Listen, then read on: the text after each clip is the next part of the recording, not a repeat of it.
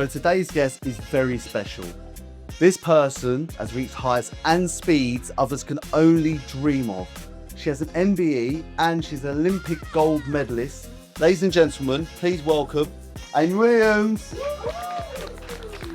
Amy, welcome. Thank you. This is Inside the Pantry. So this is a podcast where we talk to people about their experience around food from childhood all the way through what they share with their own family now, school dinners, and where we actually share some of our dishes with you. So this is Anthony. Mike. Hello. Anthony has been a part of the pantry forever. We're actually related. And a lot of our business is sort of family orientated. Anthony is making you some delicious food today, but stuff that actually is going to be on our menu, hopefully. It is indeed. So we're doing mac and cheese today. Yeah, a winner for everybody. Yeah.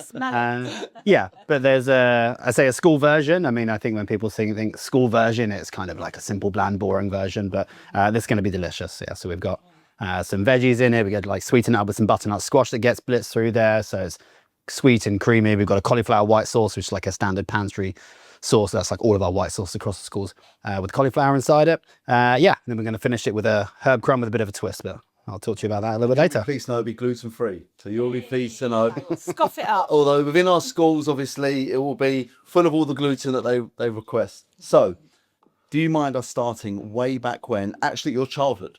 So really interested to know, well, the story is, how did you become an Olympic sort of gold medal winner, and how sort of your parents had an influence around that? So tell me about you growing up.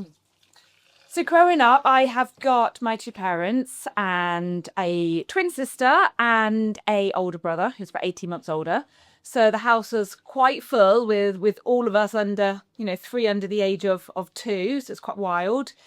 And it was just a very wholesome family. Very much. My mum stopped working. She was midwife before she had us children. Oh, wow. So when she had us, she stopped working. Very traditional, sort of being the mum at home, looking after us, feeding. Dad would be at work, come home, all sit around the table, eat together, Sunday lunches together. Was it your mum the cook predominantly, your dad the cook? Who was the best cook? How did that work? It was always mum. Yep. I'm sure my dad might have the skills to cook, but let's leave it on maybe sausage and mash level and beans on toast.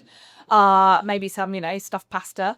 No, but bless him, he's worked really hard as well. So no, it's always my mum. And growing up, we didn't have things, dare I say, out of packets. So if you wanted a cake, if you wanted some sweet treats, we would make it. Every birthday cake was made. It was homemade bread all the time. Our rolls for our packed lunch were homemade rolls. Everything was the cheapest way of doing things, the cheapest way of making things. Rice pudding was a standard dessert. One of my favourites. Rice and milk. So yeah, it was a very simplistic way of good old home cooking. Was that because, as you said a minute ago, because of cost, or was it because that's just the way your mum was? No, I mean, a lot of it was cost. My dad, at that point, was just like a research student within the university. He's a professor of chemistry, but you're on very, very low wages as ultimately a student with 3 young children.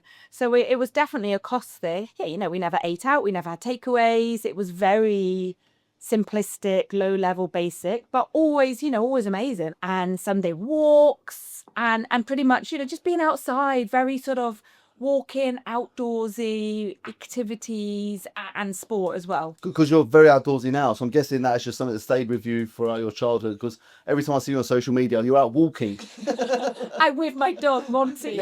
Yeah, I mean, I have to be outside, I think. And as an athlete, I was, yes, predominantly in a gym. But for me, being outside in the fresh air, I have grown up with fields all around me. That's really important. I need to look out my window and just see fields. And yeah, 2 years ago, well, he's just turned 2. So I picked him up when he was 9 weeks old. But, almost 2 years ago, I've had this dog in my life. And that's even more so, I'm out for hours a day with him. Yeah. And I just love it. It's healthy, it's wholesome. And now sort of post-athlete life, being a personal trainer, that's what you're trying to preach, is just movement within your daily life, as well as then eating healthily as well. What about, so your kids and food-wise then? So how do you hand down sort of your tradition to them now? Is there still dishes that maybe your mum made that you continue to make, and also being an Olympian, right? So I guess you went for a period where really strict food-wise. Yeah, when I was, an athlete through and through, then your food was just quite regimented. Yes, it was tasty, but it was more about fuel. It's got to fuel my body. If I'm going to work really hard in the gym, lift loads of weight, I need protein. So I would eat multiple times throughout the day. I mean, I didn't have a nutritionist back then or anything, not like the team now. Yeah, sure, For me, it was sort of maybe 5 meals a day. As long as every single meal had protein in, I didn't calorie count. I didn't do all this macros, micros, anything that everyone does now. Crazy how much that's changed then, isn't it? From then to now. Yeah. They did. Just protein, whether that was a tin of tuna, whether that was a handful of nuts, a yogurt, and maybe a protein shake, or just knowing, okay, I've got salmon and I've got pasta and something else. And so I guess that's kind of lived with me. And now as a personal trainer, you know, I do know the importance of protein within your diet. And if you want to build muscle and, you know, especially as we age, we want to keep that muscle on, and it's harder and harder. So I think with the boys, it's just trying to teach them, isn't it? And just being aware that vegetables are good for us, and why? Because of the minerals, because of the vitamins. And why are they good for our body? Because it helps us stay healthy in our skin and hair. And So your kids have school dinners, packed lunch sometimes at the moment. What's your experience of them having school lunches compared to maybe when you were back in school, or you had packed lunch only? I had packed lunch, yeah. So it was sort of cheaper, almost, you know, I don't know what the cost per kid or whatever you had to pay, but it was definitely cheaper or more wholesome or whatever it would have been, the reason why we had packed lunches. So no, we used to have to make our own packed lunches every morning. As in you made them? Yeah. Oh, wow. Yeah, my mum wouldn't do that. You know, we had to do it ourselves, whether it was the night before or the morning. So that was that. And I remember, like, you know, the more that I was sort of then in sixth form, sort of older, I would cook up sausages in the morning. So I'd make sausages, bacon, rolls, wraps. And very occasionally, because I'm obsessed with eating honey, I would make, hear me out here, honey and lettuce sandwiches. Oh. The crunchy. I've never even heard of it. I'm going to give it a go. That is my weekend to look forward to. Or if you're really naughty, get celery sticks and put the honey down the middle. You know, some people put peanut butter, which is also very good. But honey down the middle of... You'll be getting a selfie of the weekend, me with a lettuce and honey down it's not great, but... Oh, I'm going to try it. Were your parents particularly regimented like that? Because obviously you making your packed lunch as a youngster is probably not particularly heard of, right? Do you think that had any sort of impact on you being as sort of driven as you were, or maybe self-sufficient growing up? Or were your parents like, or were they quite... They were just very supportive all the time. So I think the outdoors obviously was very within our family. We all would do swimming and swimming lessons together. And then I guess sort of through teenage years, from about the age of 12, 13 is when I started athletics. So I really loved athletics club and running. So that was maybe once a week into twice a week. Then it was like, oh, there's a weight session on a Monday night. So it's 3 times. And oh, there's a really hard hill session on the Sunday morning. Let's add that in. So probably around sort of 15, 16, I was doing sort of 4 sessions a week. And my parents would just, you know, well, we'll drive you up and drop you off and pick you up, and we'll take you to Birmingham to do the indoors. You know, the fact that my dad was working really hard, you know, he was such a hard worker academically. So whether that was just always subtly in the background, that is only now as an adult you maybe look back on, I think both my brother and sister went off to university, got degrees, got jobs, that sort of very hard working element. On the flip side, then yes, my mum was a really good mum. So I don't know, somewhere in the middle, all of that, I think for me, it was just about doing the best I could in whatever it was. I always wanted to do what I was doing really well. Well, yeah, around that 18, 19 is then when I found skeleton.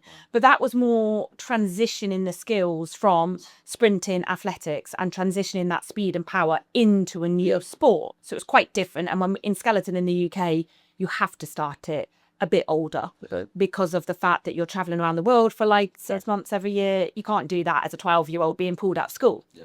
If you live in Germany, you are probably doing it as a club.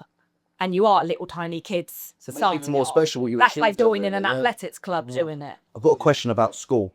How terrified the other parents when you turn up for the parents' race? I have never, and hopefully will never, do a parents' race. Oh, no. No, actually, it's so competitive, the parents' race. I don't do it because I'm not like, I would come against someone like you and just embarrass myself, so I'm not doing that. Well on, like, and the mums, you know, they tuck up, they come prepared, they've got their shoes, and I'm normally in like, you know, flip-flops and whatever, rush down out of the gym myself from a PT session. No, I don't do it because I feel like my body wouldn't even know how to sprint anymore. I have not ran since the moment I got off a skeleton sled back in 2012.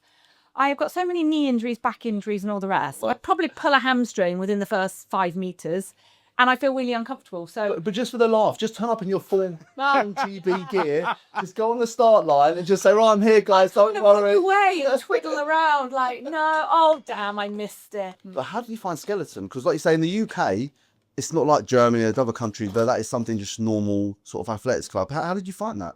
So for me, I mean, I live in the right place at the right time. So Bath is home for me in the southwest, and the University of Bath have got amazing sports facilities, which over the years have got better and better and better. And a lot of national sort of sports have their setup there. So we used to have lots of swimmers and judo. The modern pentathlon are all based there. We have bobsleigh based there, skeleton based there. So it's a great hub. And so back in 2002, they built a special push track. So the push in the skeleton and bobsleigh race is a really important part of the race. So that's where you're standing at the top of the ice track. You either are bent over holding your sled, or everyone knows Cool Runnings and the bobsleigh, whether you're 2-man, 4-man, or women. And you're pushing the sled as fast as you can, loading on or into the sled. And then almost that part of your race is sort of one section, and then you're driving the sled down the track. So that push is the only thing we can practice in the summer months. So that's where transitioning from speed sports, power, speed, explosive, sprinting off of a block, yes, whilst sort of bent over pushing a sled, so it's a little bit different. So they built this special start track for the Salt Lake City Winter Olympics, so for 2002, specifically for bobsleigh and skeleton to practice on. I was actually doing an art college, an art foundation course at the time, with aim of going up to probably Edinburgh to do an art degree, sort of textile art. So I was still sort of training, still doing athletics, dabbling around in the gym. And I kind of happened to notice a bunch of sort of athletes. And so, I mean, I was stretching on the mats at the time or something and got chatting like, oh, so what sport do you guys do? And they were the bobsleigh skeleton team, and they were about to go down onto this push track to go and have a go. So I said, well, can I come along? Can I have a look? Can I watch? Sure. So I go along, I watch. I kind of actually then, I'll have a go then. So I had a go. And that summer so we'd had the Olympics. So February 2002, we'd had the Olympics. And I actually remember watching the race in the university cafe. So I remember watching that race, and I was around these bobsleigh skeleton athletes. They were all about to go out and do the World Push Championships in Holland, a little city called Groningen. And it was set up on like scaffolding in the middle of this town centre of who's got the fastest push, so just that sprint. And it was bobsleigh skeleton. And I remember basically saying, well, look, can I come out and enter? So I'd done a few training sessions with the team at the time, and I was, okay, I'm quite quick at this. And they were like, well, yeah, sure. So I got about 7 trains from Bath all the way out to Groningen with the team, paid my way, and I came second overall and won my guest category. Wow. And so the guy that had just come on as performance director, he said, well, look, why don't you have a go on the real thing? On the ice, there's a military ice camp in Lillehammer in Norway that October. Have a go, see what you think. So at this point, I'd actually then finished my art foundation course. I decided not to go up to Edinburgh and apply for art degree, that I would need the student loan to pay. Brilliant. Because my parents were like, yeah, you can do it, but we don't have the money to give you. If you want to do it, like, make it £1,000 or whatever it was. Yeah, make it happen. So then my sort of A-levels were good enough to then join Bath University. I did a sports degree. Well, I quit after a year, but that's another story. So I then joined the university. I had the money for the student loan. I missed Freshers Week. I missed all the first few weeks of uni when everyone's going wild. And I was out learning how to do skeleton. And it was a 2-week ice camp. And then when I had my first time on ice, I didn't love it. You're black and blue. You're in pain every day. You're literally bruises. You're whacking the sides of the wall. But there's that thing of, I want to be good at something, and I have the potential to be good, and my sprint is good, and I love training. And the summer life of being in Bath, doing all the weightlifting and training, I loved. And then you're trying to pot that onto ice in the winter life. Or can I knock off 2/10 of a second? Yeah. Oh, yeah, I can. Can I knock off another one? And can I only hit 8 walls instead of 10? And then can I get down a track without hitting any walls? And then there's tracks all around the world. So a bit like your Formula One. Yeah. There's tracks everywhere, left, right corners. Some drivers are better at some are better at others. And it's almost exactly the same in bobsleigh, skeleton and luge. Talking of tracks, and this might be completely wrong here, so curveball, but I think I remember watching you racing a car on Top Gear. Was that real? So that came to me this morning. Yeah. I'm certain I've seen that. But that'd be fun. It's normally on some Dave channel or on Sky that's been repeated. Yeah, I've done Top Gear a few times. And the first ever time was in 2010. And we went up to Lillehammer, the track in Norway that I started on. And Chris Meek was a rally driver at the time. And they had the new mini rally car, Coupe, whatever which one. And every single bobsleigh skeleton track, there's obviously a road that goes in and around from the bottom of the track to the top. Yep. Where you have big trucks that the skeletons and bobsleighs go on, and the athletes, we sit in there with all our winter clothes to get to the top. So we had a race, and it was horrible filming because it was in the middle of the night. I remember it being dark, was it? And really icy. Yeah, we filmed from like 10 p.m. through to like 3-4 a.m. Horrific. And I remember being really annoyed because the track frosts up. Yeah. So thick frost. The track workers shave it off, spritz it with water, and that's what gives you really fast ice. So it'll be quite rough otherwise. So it was really rough and slow. And I remember I'm like 4 seconds slower than normal. Obviously filming purposes of Chris Meek and me. And I was with, who was I with? James May. Oh, yeah, yep. That's who was there with me.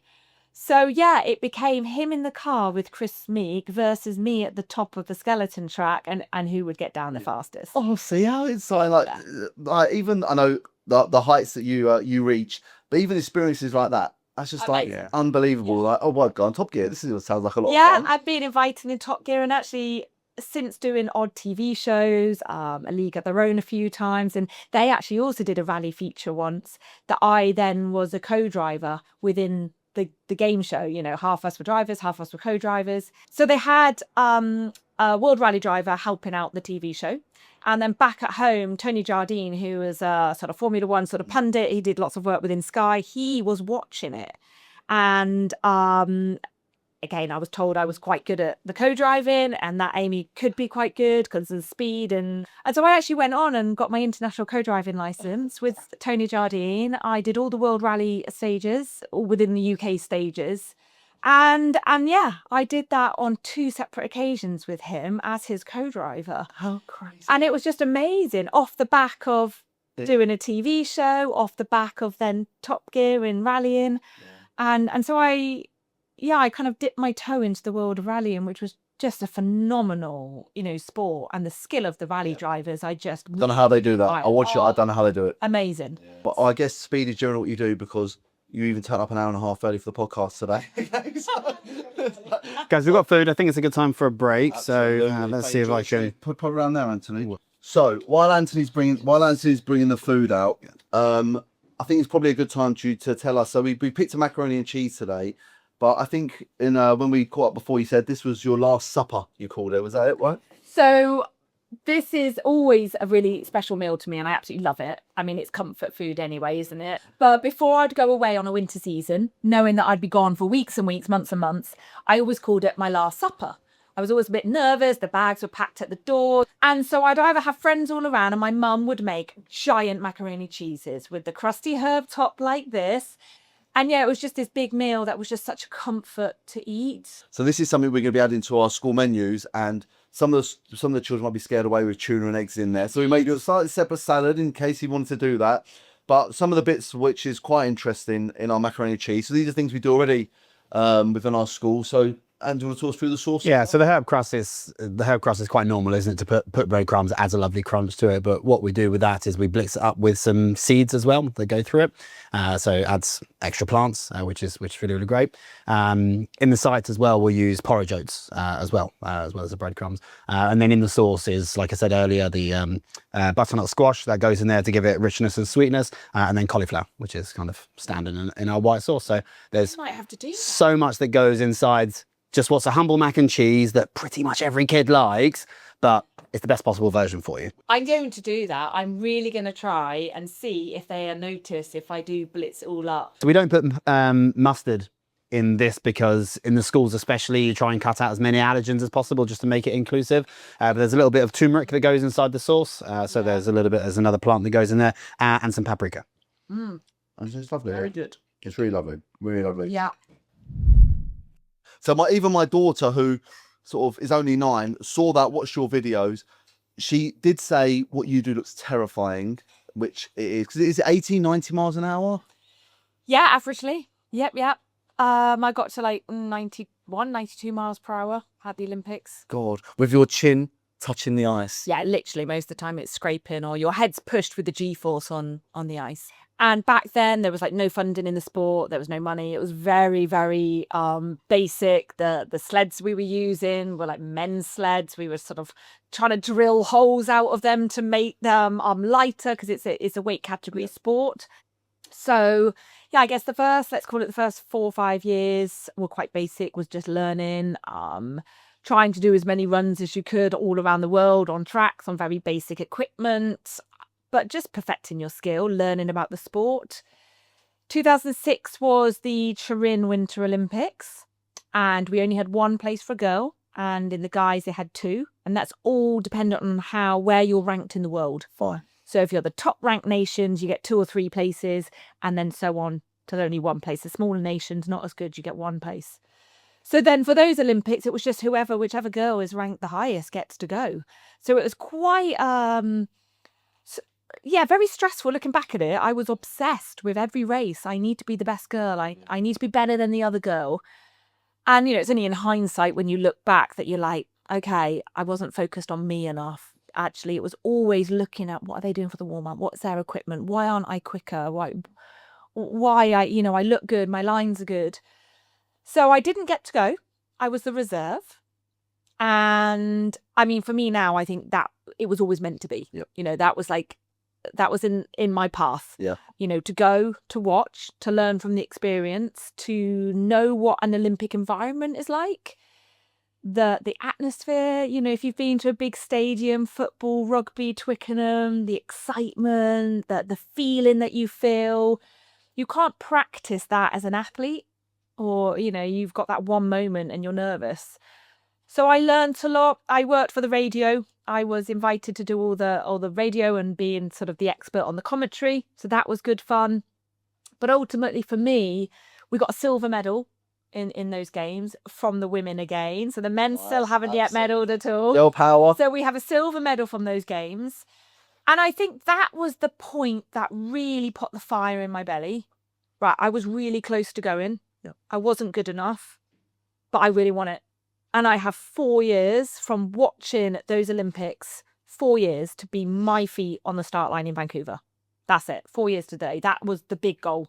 Was that quite painful, that bit where you were the reserve, didn't get selected? Yeah. So obviously that was your fuel for the next 4 years. Yeah. So is it quite a lonely place with your practicing? You have got teammates, although they're most of the time not your mates. Yep. Because you're competitors, you're rivals. You might not like each other. So almost for me, my best mates were from different nations. They were the Australian girls, the German girls, the Americans. They were my closest friends, actually. So yeah, actually, I did feel really lonely throughout my career in my own team. What's lovely now in the British team is that they are genuine friends. And I was really, after I retired, stressing, be friends, keep friends. Like, this is really important to you and how you develop as an athlete. And especially in our sport, when you only get 2 runs a day to learn. If you can chat with your teammate, what did you do in this corner? I did this. What happened when you came out? Well, I did this. All right, I've still got to lie on my sled and do the skill, but we can help each other out here. Yeah. That now happens. It didn't in my era. So yeah, I did find it very lonely. I nearly quit several times because I'd be crying all the time. I really missed home. That pull to home was really strong for me. But then that's where something within me was like, I'm not going to let that person make me quit, or I'm not going to let the crash on this track let me quit. Like, I'm going to beat this track, or that internal thing within me. I want to be better. I want to be faster. I want to lift heavier in the gym. I want to run faster. I want to see how good I can get. And the blinkers just went on. Yep. That was it. Yes, no. From missing out on Turin, yes, no life for 4 years. Is this giant bit of chocolate cake going to help me in the gym tomorrow? No, not going to eat it. Is this alcohol? Is going out partying on New Year or every Wednesday night when all the uni lot were going? I didn't go. Or if I did, I went out and I was home by 9. I was in bed by 9:30, lights out. And I loved the training. Summer training, I loved it. I was in Bath. I'm home. I'm living on my, in my house. I love going to training. I'm the first one in the gym when it opens, maybe 45 minutes earlier than everyone else to do all the little exercises, my physio exercises, extra stretching, extra core stuff. I would do the session. I loved it. So, yeah. And then it's sort of like you get to that year before the Olympics. And then every competition's very important because you want to be the best ranked girl. You want to know. By this point, we knew we had 2 spaces. We'd done well enough as a nation. We've got 2 spaces now. You want to be in those top 2 ranked spaces. That's it. So, and you get an inkling with each race. Yep. Okay, yeah, there's 3 of us on this World Cup team. I'm still number 1 or 2. Fine. And then it's only a matter of sort of weeks before that you officially get selected.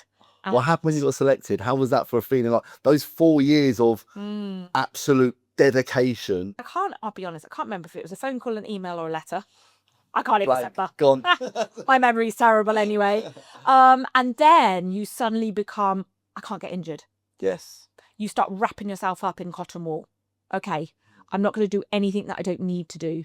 I'm not going to jog down the street.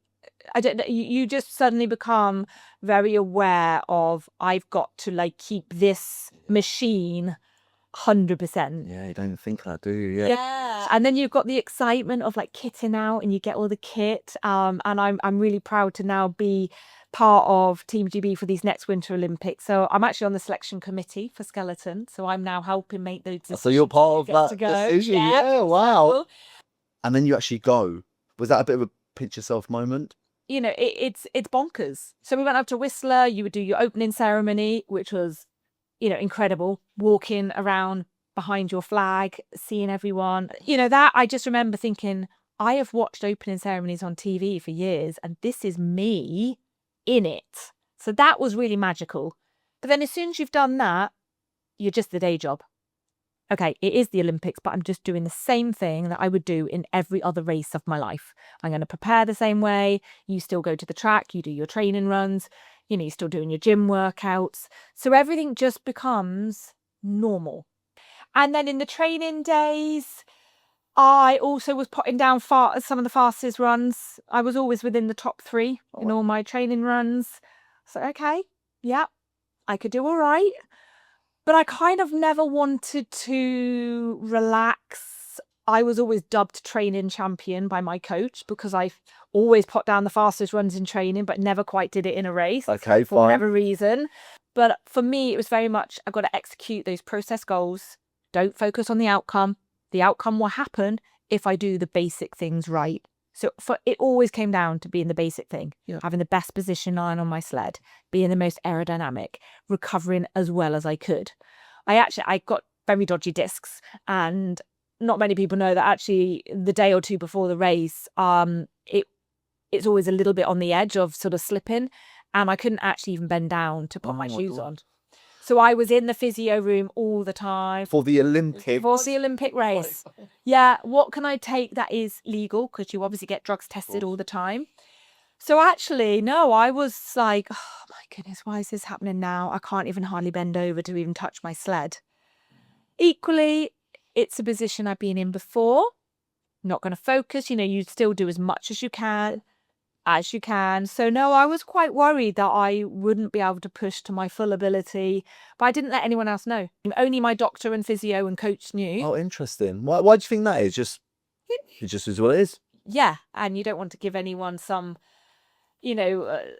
psychological. Don't want to give them a bit of motivation. Thing. Yeah. Yeah, so, I never really spoke to anyone or the papers or anything, but yeah, I actually wasn't in the best place. And obviously you don't sleep the night before the race. Listen, I don't sleep. I've got a big meeting some days. The final race of the Olympics, yeah. But I remember always reading that it's not necessarily the sleep before the big event, it's the sleep before the sleep. Yep. But, you just accept it that this is going to be the way, and you might be really nervous in the morning. So what foods can you eat that your stomach's going to be in a little knot? For me, it was just honey on toast.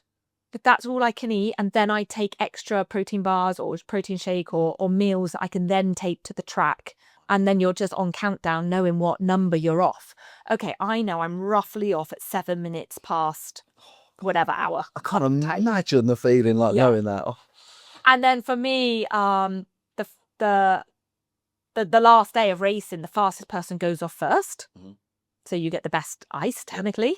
So I went off first because I was in the lead after the first day. And did you go off last then on the... And then the second run, I am the only one left in the changing room. Everyone goes down before you because the fastest person goes off last. Fine, because then you could... Well, you make difference arguably, to the you table. get the worst ice. Yeah.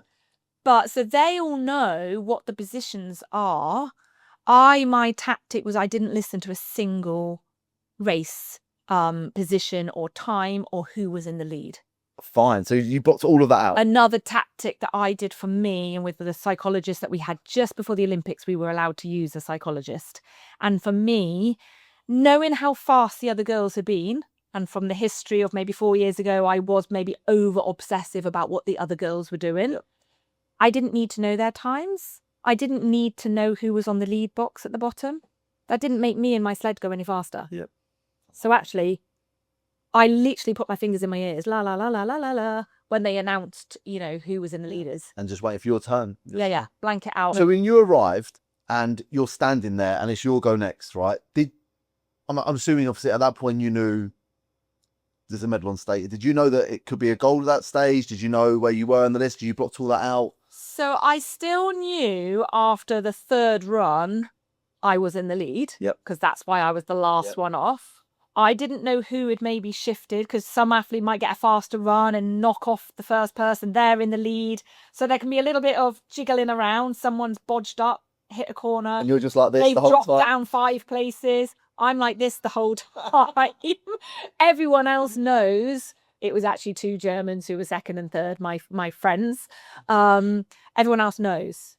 And it's not like a 100-meter race where you're all lined up and Usain Bolt can see you're in the lead. Yeah. You don't know. And even when you finish the finish line, you're going so fast up this outrun. Everyone else knows you've won or dropped down or wherever before you know. Because until your sled stops, we don't have brakes. It actually went into loads of foam rollers. Everyone's cheering, yeah, you've won. You've still got your helmet on. I didn't even take it off properly. Like the helmet's like plonked on top of my head. The coach at the bottom of the track runs up. Everyone's cheering. You're like, well, I don't know if they're cheering for me or not. Yeah. Or even cheering for I haven't a even silver or something. You don't got know. the silver or bronze. So there is a moment of if you ever watched a clip, that I actually have to ask my coach, well, where did I come? And he's the one who said, you're Olympic champion. And then if you watch, I'm hugging him. And then all of a sudden I start patting his back. Yeah. Then it's like, oh, what do I do now? Because that shy girl at whatever age I was, 27, 28, like, what do I do now? Like that shy girl is now the best in the world at that. But the best in the world at anything. Several billion people. Yeah. And even the lead up, you don't know. You've done your race. You've done your best. Even those few seconds, just and then all of a sudden it's instant. That must be quite a lot to take on. 57, 8 seconds later. Yeah, so it was kind of strange. And, someone gave me a Union Jack flag and I don't even get it out properly because I'm like, a bit flustered. I've still got the helmet on my head. I probably could have taken that out and fluffed the hair around. Got the hair, someone quickly. Magic lip gloss somewhere. So, none of that. And there's the guys they've written they've got no top on, AMY on their stomachs, bed, chests. So there's them. I was trying to look for my parents. I couldn't see them. You can't practice for winning an Olympic gold medal, right? You haven't gone through these before. Yeah, so Like it Richard happened. Branson was somewhere right in the crowd. He'd managed to get right up to the outrun. I didn't see him. I've seen him in photos afterwards, and I've then done some things with him afterwards. But, all your coaches are there. You're trying to find everyone. But ultimately, you've actually got the drugs tester lady there hovering with you. Of course, yeah. You've got to go through the media mix zone. So you speak to all the media. Yeah. So Claire Bolden's there with the BBC mic. Yeah, I've seen that. It's like a Really? snake up and It's down. like a isn't little it? snake. So you have to, as an athlete, you don't have to talk to anyone. If you really want to, you can whiz through. But, you talk to all the press. And then you're sort of trying to find your teammates. And half my coaching staff were at the top of the track. Half of them were at the bottom. You don't know where your parents are. So all these people you want to give a hug to, you're like, well, where are they? Half an hour, 20 minutes, an hour. When I then saw my parents, they had been guided through, and I saw them and hugged them at the very bottom of the track, actually where all the cargo containers were for the bobsleighs to travel in. Pitch black, there was a few spotlights, and that's where I first saw them and hugged them. Someone had arranged it so that I could It's not see what you them. think, is it? It's just not what you think. So there is a photo somewhere of me with my arms around my parents, like all grinning, and it's actually in the car park with all these bobsleigh containers. And then, eventually you get reunited with people because ultimately you've got to pack up, leave the track, and bit down to earth, really. You've got to go and have some food and pack up and, do maybe some more interviews. Being interviewed by Claire Bolden, Yep. you're like, wow, I'm like Claire's interviewing me. She goes, "Well, She was the first one kind of saying all these stats. You're the first woman in 58 years, all these different things. She's like, oh, wow, cool. This is a big deal. So I treated myself to a hot cinnamon, if we go back to food now, in McDonald's. Everyone knows there's a McDonald's within the Olympic villages, of which I never went to. But I promised myself they did these hot cinnamon swirls. I didn't go gluten-free back then. It was only later. But hot cinnamon swirls with the icing on top. I promised myself that with a hot chocolate. So I think it was like the next day. Oh, it was amazing. Did you wear your gold medal? Warm. The gold medal would have been tucked Yes. underneath my stuff. Yeah. This warm, hot cinnamon roll was divine. Yeah. Like unbelievable. So then the two German girls, we then got these the next day.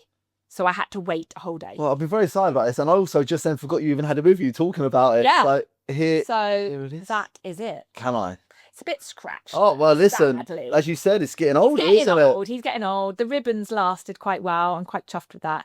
So there's a really beautiful story on the front of all of the Vancouver medals. So that's the eye of an orca whale. And every Olympic medal, gold, silver or bronze, makes this really beautiful design. So it's all about the Kimoyu culture, the First Nations settlers in Vancouver, in Whistler. So it's really beautiful. Probably can't see it that much. So mine is a little bit of this section here. Fine. So all the medals are taken from a section A of tiny little bit, like a jigsaw puzzle of this. It's really beautiful. I've got this as a big poster on my wall at home. And for me, my strength coaches, my support staff, everyone was the team to help me get that. Yes, So whether it is your parents driving you at 3 a.m. to Stansted Airport, whoever it is. And this is like a combination of those years of, like, if it just from your parents taking you to those athletics meetings, whatever it might be, the efforts you made, that 4-year commitment when you finished, you didn't quite qualify. So I can only imagine you look at that thing, oh my goodness, because there'd also be people who have made all those commitments and don't quite get there. Yeah. So for you, that must have been like, oh my goodness, it was worth it. And I think that's like, people say, what was the biggest feeling or emotion afterwards? It's just relief. Yeah. I'd finally done it. I wasn't training champion anymore. I knew I could win. I'd broken track records in training days on all different tracks. I'd beaten all the other girls when it didn't really matter. And so it was really, I don't think anyone really realised the amount of hard work I put into that for 4 years, every day for 4 years. Yeah. It was obsession. And it's funny, like my boys do an athletics club on a Thursday evening at the university where I did my athletics club, and my old athletics coach, who is still coaching to this day, he was the one who would drive me up and down to Birmingham for races. And on Christmas Eve once, before I did skeleton, we were sweeping. He made me sweep the inside lane of the athletics track of snow. Sweep, sweep, sweep, get the snow out so I could do my 400-metre training. And now the boys have bumped into him at odd times, going in and out. On a Thursday evening, he's rocking up a bit later. We're just leaving. And my son will always say, is that your coach that made you sweep the track? And it's just really lovely. It's almost full circle. So you realise everyone within your life has had some little part. Yeah, there's a million pieces in there. It's really beautiful. I can only imagine that children seeing that, there is going to be one of them out there who looks back and goes, I remember meeting you. That's why I do this. I've met a few people who I have had parents come up to me and have gone on their phone. You met my daughter 6 years ago. She was into swimming or sport and she's just gone and done national trials, whatever. That's it. And it's been really lovely. I need to ask you a question, and it's something that we do always. We have a book that we have all of our guests sign, and it's basically we'd like you to share some advice you give to your younger self. I think I'll have to do the tagline that I actually put in my book, which is nothing is impossible. And I used to have it on a t-shirt. So I had this Adidas t-shirt that we're training and it said nothing is impossible. And I think it's just stayed with me. When I had won my medal, it proved to all the other athletes the other skeleton athletes that they can win a medal. We don't have an ice track in the UK, but it's not impossible.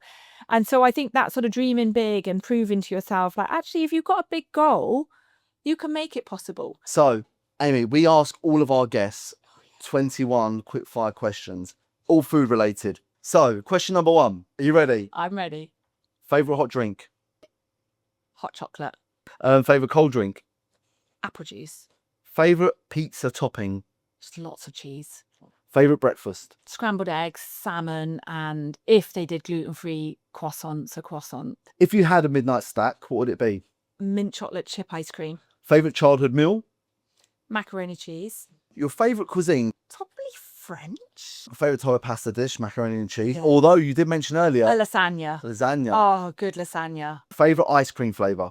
Mint chocolate chip. Favourite thing to cook for others? Just a good roast. Favourite barbecue food? Steak. Favourite fruit?